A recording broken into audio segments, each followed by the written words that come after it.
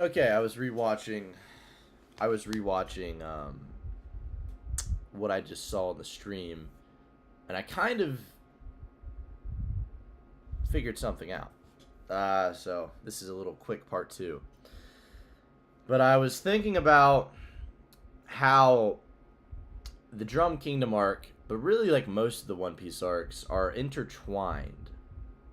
Um, and oh, this is such a cool. This is why starting with kind of a big scope is so powerful, but like the execution, you really have to dial in.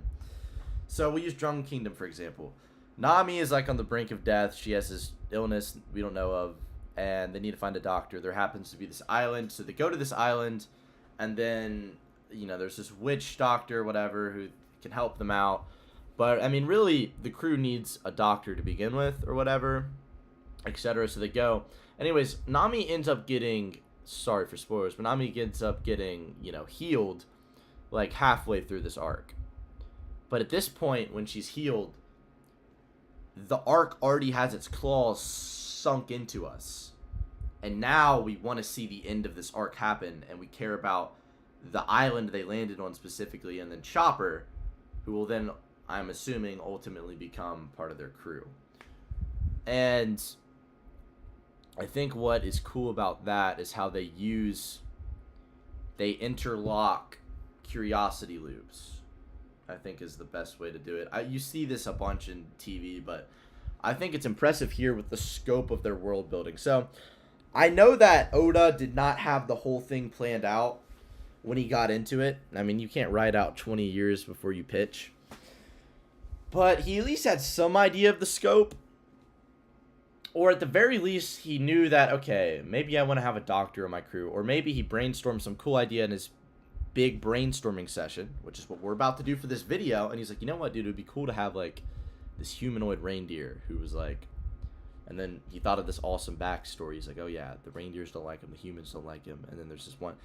And, like, he has an idea of this... He brainstormed it up. Oh, I think he did keep a journal. He did keep a journal with all these crazy ideas.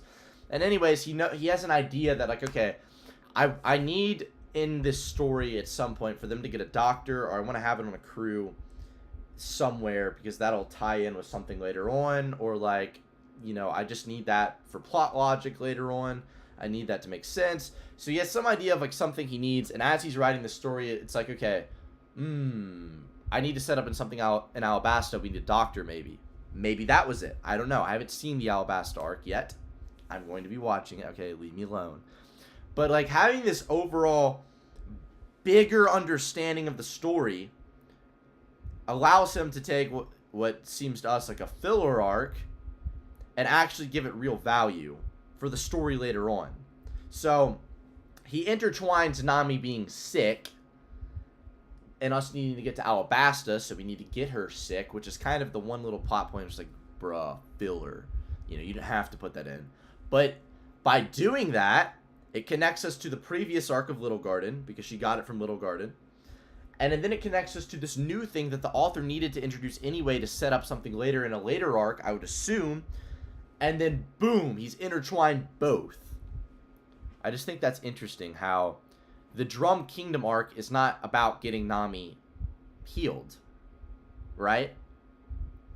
That's why they go there at first. That's why they enter it. But really, what actually happened in that arc? What do you remember about it? That's almost like kind of on the latter side.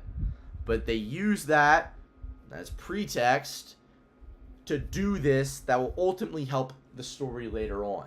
Okay? And how do you do that? You brainstorm a bunch of stuff. You have an idea of the direct... I just think that is cool. That is cool. Alright. Hopefully that's the last one of this. I need to get my intro polished up and get this video